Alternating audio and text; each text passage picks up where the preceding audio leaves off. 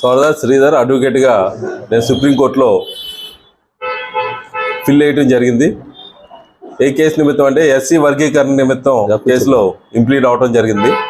2004లో 5గురు ధర్మాసనం ఇచ్చినటువంటి తీర్పుని ఆగస్టు 1వ తేదీన ఆ తీర్పుని రాష్ట్రాలకు అధికారం ఇస్తూ క్రిమినల్ తీయాలని కొన్ని ప్రతిపాదనలతోటి 7గురు ధర్మాసనం ఇచ్చినటువంటి తీర్పుని రివ్యూ పిటిషన్ వేయడం జరిగింది.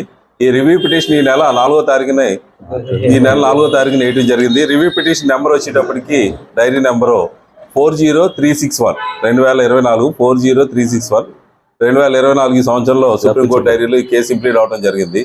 Punjab state of versus EP Chennai కేసులో దీన్ని ఇంప్లీడ్ అవడం జరిగింది. ఎందుకంటే 2004లో ఈ ధర్మాసనం 5గురు న్యాయమూర్తులు దీన్ని కొట్టివేసినప్పుడు దీంట్లో ఇప్పుడు వరకు 2024 ఫిబ్రవరి వరకు వాళ్ళ తీర్పు రిజర్వేషన్ రోజు వరకు ఏ విధమైనటువంటి చట్టాల్లో మార్పులు కానీ, ఒక కమిషన్ కానీ, ఒక ఏ విధమైనటువంటి జనగణన కానీ, కులగణన కానీ ఏ విధమైనటువంటి మార్పు లేవు. పార్లమెంట్లో కానీ, రాష్ట్రాల్లో కానీ ఎక్కడ ఏది ఒక కమిషన్ కూడా దీంట్లో ఇప్పటి వరకు వేయలేదు.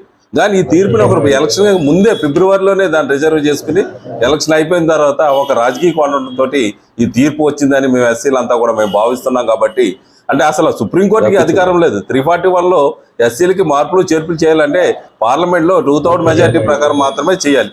అందువల్ల 5గురికి ధర్మాసనం ఉన్నటువంటి చట్టాలు ఏవైతే ఉన్నాయో ఈ 7గురు కూడా అదే చట్టాలు ఉన్నాయి. ఈ చట్టాల్లో ఏ విధమైనటువంటి మార్పులు కానీ, ఏ విధమైన కొత్త డేటా కానీ అసలు ఏమీ లేదు.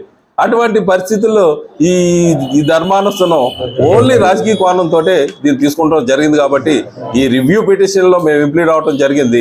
దేశవ్యాప్తంగా అనేక మంది ఇంప్లిమెంట్ అవడం జరిగింది.